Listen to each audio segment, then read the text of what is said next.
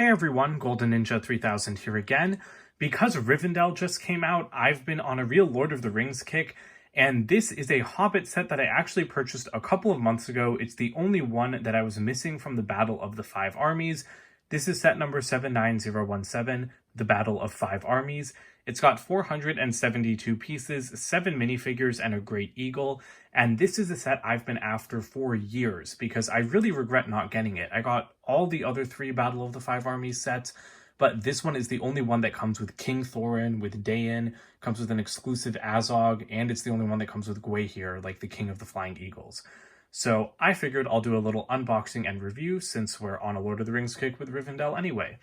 So this is like the Battle of Dale. It was a very iconic scene in the Battle of the Five Armies movie, and this set is what, like 9 years old at this point, so I'm really excited to build it because I love building old Lego sets. It's such a throwback, especially because this set came out like right when I was getting super into Lego. The box isn't in the best condition. This set did retail for $60 back in the day. I mean, I want to be clear, the box is in pretty good condition. All the damage mostly came from when I hauled it back in my suitcase because I actually bought this on Canadian Facebook Marketplace and I paid about $150 for it, which I don't think is terrible because I think nowadays, like on Bricklink and stuff, you can't really find this set for less than like $180. So $150 still crazy though. I wish I had just paid $60 for it back in 2014, but I was really not buying many Lego sets at that time. So there are all of our beautiful pieces. Let's go ahead and get them all dumped out. So we do have 3 big bags full of parts. These are the older style Lego bags with that like old numbering, and they just feel different. I love unboxing an old Lego set because it's just like, it's such a throwback, and I can't believe this set is already, you know, like almost 9 years old. I did accidentally rip the corner of this one while I was trying to straighten it out a little bit, so that's my mistake. But the only separate bag we have is for Gwaihir. We don't have any stickers in this set. We've got 2 instruction manuals, so I'm going to go ahead and start building so I can review this for you guys. Okay, well here we go. We've got the completed build. On the left, we've got a little like Orc Ballista thingy. I don't really know what to call it.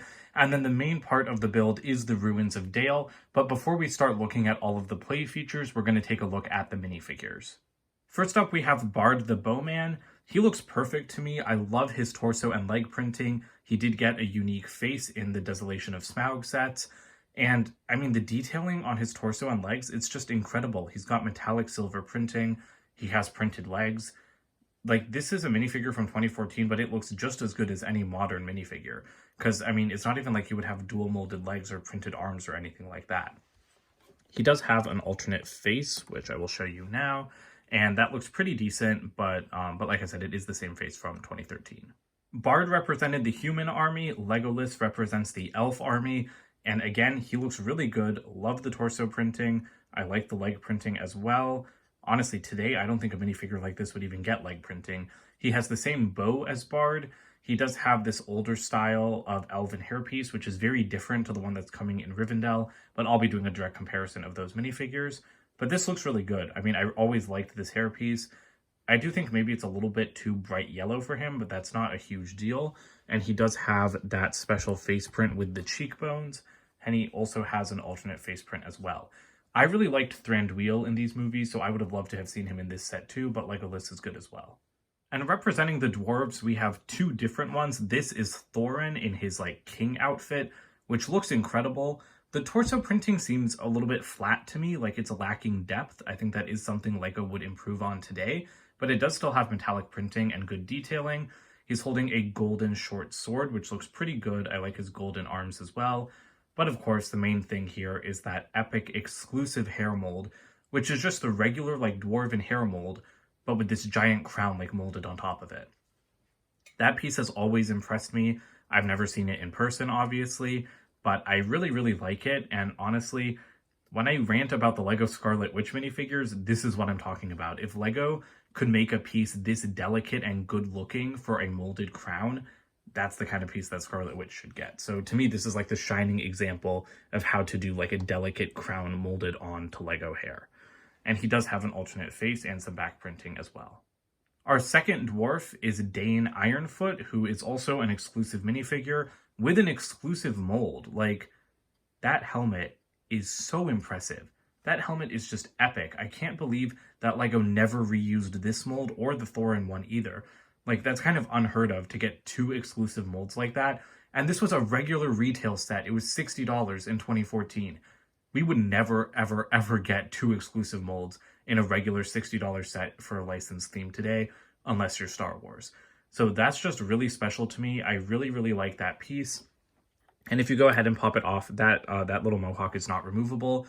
But you do have the beard. I don't know if the beard is a new mold. I don't think it is. I think it was in a Hobbit set.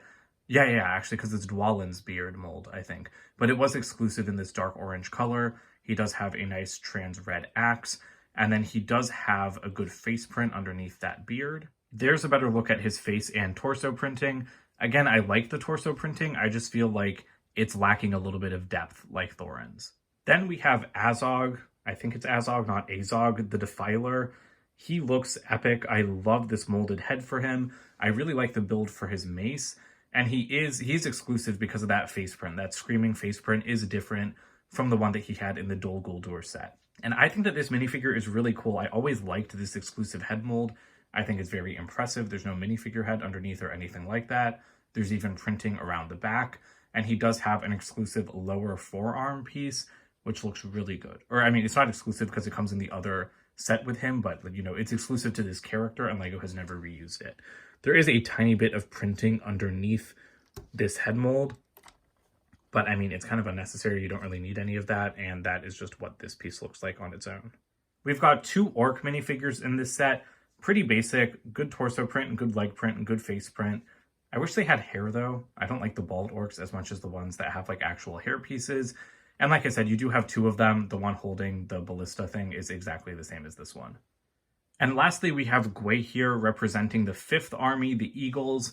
He looks amazing. The only thing that differentiates him from other Eagles is that he has a little bit of dark brown printing on like the back of his head. But it is nice that LEGO differentiated him. And these were always really cool pieces for like 2012 to 2014. I think that, you know, like their wings are really intricately molded and they're printed with good detail, which I think is really impressive. And I always really, really liked them. You can flap their wings as I just showed, and you can also attach them on 4 studs at the base or have someone ride them. So honestly, for 2014, I feel like these were pretty good designs. We'll start things off with the Orc Ballista, which I think looks great. It's so nice to get a big enemy weapon because it really makes the set feel like a battle. If LEGO made a Battle of the Five Armies set today, I bet you it would just have like 2 orcs against like 8 good guys, which would just be like not really much of a fight. So it is nice that back in 2014, LEGO did actually let us have fights. You do have little sticks coming off the side. That's for the minifigures to hold on to, like they're pushing it forward, which is a great touch. There are these big Hero Factory pieces used to make this look like a huge like crossbow, which I think is really impressive. These pieces were new back in 2014 and they really frame the sides of it nicely. And the wheels do turn. Brown LEGO colors are very brittle, so I was worried about them breaking while I built the set. And one of these pieces did break, like while I was putting it onto the axle. One of the dark brown pieces, not the reddish brown ones. And in the past, reddish brown is what I've had more trouble with. So I'm glad that those didn't break, but I am surprised that some LEGO colors are so brittle after, you know, like 10 years. And then as for the play feature, there is a play feature here. You just kind of like roll this forward and it like shoots these like pillars out that are supposed to be missiles. So I guess let me load these properly and then I'll try to do that quickly. I mean, it doesn't work super well, but it is an inventive play feature and you can have some fun with it if you do it a little bit faster. As for the main Dale build, it's kind of separated into 2 different sections. You can just detach them right here and you can actually take this little, oh, sorry. I thought you could remove this connector piece, but it's actually, it's built separately, connected here and then kind of like locked into place. But you can disconnect these 2 sections, the bridge and the tower. I'm just going to leave them connected though, because I don't really know why you would want to separate them unless you bought more sets and built a bigger Dale. I feel like LEGO's design language has changed a lot over the years because this clearly looks like a 2014 set. It's not that detailed, but it's definitely detailed enough. So we do have some fallen snow all around. You've got a little skull under the steps because of course Smaug did kill everyone in Dale, like whatever, 150 years before The Hobbit happened. You're missing steps, which is a feature I like. There's some fire all around, which I also like because, you know, it makes it feel like it's a little bit more like a battleground. There's some planks of wood. There's some bridge. There's just like a lot of like kind of ruined sections. But if this was a modern set, LEGO would have gone crazy and like made it much, much, much more detailed. The tower is kind of the same story, although I do think it's better detailed than the bridge. You've got a little windowsill with opening windows, more planks of wood, holes in the building. I really like the rock work at the base here. Then you have a little balcony, again, that's kind of on fire. You do have another plank of wood that you can see through there, like kind of barring the entrance to the tower. And there is space to put some minifigures in here. You do have a little armory section at the base. There's just a spear and a sword in a crate. There are some play features, though, that we'll take a look at in 1 second. I just wanted to finish giving you an overview of the build, because at the top, you do have these really nice decorative, like, scroll pieces. And if you look inside, there is just enough room to put a couple of minifigures to be, like, arching, to be shooting bows and arrows, you know, doing archery out of these arches, which I appreciate. I think that that's a really nice little touch. The top of the tower is also cool because it uses these like dark red roof pieces, which were only otherwise in the Harry Potter Burrow set in like 2010, I think. But there is like a little ruined section with some snow, which I think is cute.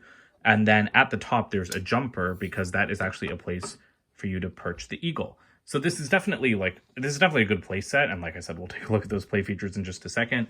But it's also nice that the designers were thinking of ways to display this for kids that like wanted to have it locked in a battle scene. So there are some sand green levers all around here, and sand green I think was still a relatively uncommon color at the time, but if you just press down on this, it makes the bridge explode a little bit. It's just like 2 chunks that come off, but great play feature. I love exploding stuff, and I really loved exploding stuff when I was a kid, so I think that that would be a lot of fun to play with, and it's super easy to reset and then do again. I'm just kind of worried about doing it with a set this old because I don't want anything to break. But it's the same kind of story over here. You've got another exploding play feature, although this blows out the entire like side wall. That's very, very violent. That is extremely violent. I'm sure if that piece was brown, it would have just cracked from the force of exploding that wall. But that's such a fun play feature because it explodes so much. It sends so much rubble flying. I just got hit with like 3 different chunks of building. So there's everything that came flying out. It is pretty easy to put back into place. I think, nope, I'm doing it wrong. You have to put this piece on there first. Please just fit in. Then these guys kind of brace the windowsill up above, and then, the balcony, and then you can put that in there. And then let's just blow it up once more for good measure, but away from me this time. Like that's a huge explosion. Like those pieces like went like clear across my desk. That's actually a lot of fun because I hadn't messed around with those play features before doing it on camera, and it just makes me really happy that so much of this building exploded. That about does it for the build, though. I just wanted to show it to you guys all posed up with minifigures, because like I said, this is a really good just like scenery backdrop set for display, but of course with all those cool play features, it's wonderful to play with as well. And honestly, after exploding those walls, I wish I had gotten it in 2014 when I would have really, really enjoyed playing with it. Here are the extra pieces from back in the good old days when LEGO would give you extras for each bag they appeared in, not just one for the whole set. Because if this was today, you would only get 1 white stud for the whole set, not 2. Here are the instruction manuals. It's so nice to see manuals with the box art instead of what we get nowadays. And both of these have some fun stuff at the end. Well, first of all, I like the pages because, you know, they're still kind of Hobbit themed. Then we've got the Battle of the Five Armies minifigure checklist, which looks really nice. And I do have all of those figures, which I'm very happy about. And then at the back, we do have an ad for only a couple of the other Battle of the Five Armies sets. Well, there's the video game. And then there's the Lonely Mountain with Smaug, the Attack on Lake Town set, no Witch King set for some reason, and then we also have this Lego.com ad at the back. In conclusion, I think this is a really, really awesome set. It's definitely less detailed than we expect by modern standards, but that's part of its charm. I really like that you can look at it and like tell that it's a set from 2014, that it's not a set from 2023. Although the minifigures are still super high quality. Like, those minifigures are fantastic, especially with all the new molds. But I mean, the build is good too. Like, all of the play features, they're so much fun. I cannot overstate how much I really like exploding that wall on the tower. It's Like, I'm going to do it again right after this video. I just really like that play feature. And I feel like modern sets are missing that play feature. You know, I feel like modern licensed play sets don't have these fun play features anymore. They are more targeted towards adults. Even those Harry Potter sets that I just reviewed, they have like some play features, but nothing like this, nothing like fun. It's all like, oh, rearrange the display, like, oh, you can like put the minifigures here. And I like that as an adult, but I also really like a set like this that's just so much fun to play with, if that makes any sense. So I really like this set. Like I said, I really wish I had gotten it back in the day, because I would have like played with this thing for hours, but it's still really good nowadays. And I do hope LEGO makes more Lord of the Rings sets. I do hope they go back and do some remakes, because stuff like this should still exist today. That's it for today. Don't forget to comment, like, and subscribe, and check out my website, goldenninja3000.com, and I'll see you guys with more videos soon. Bye for now.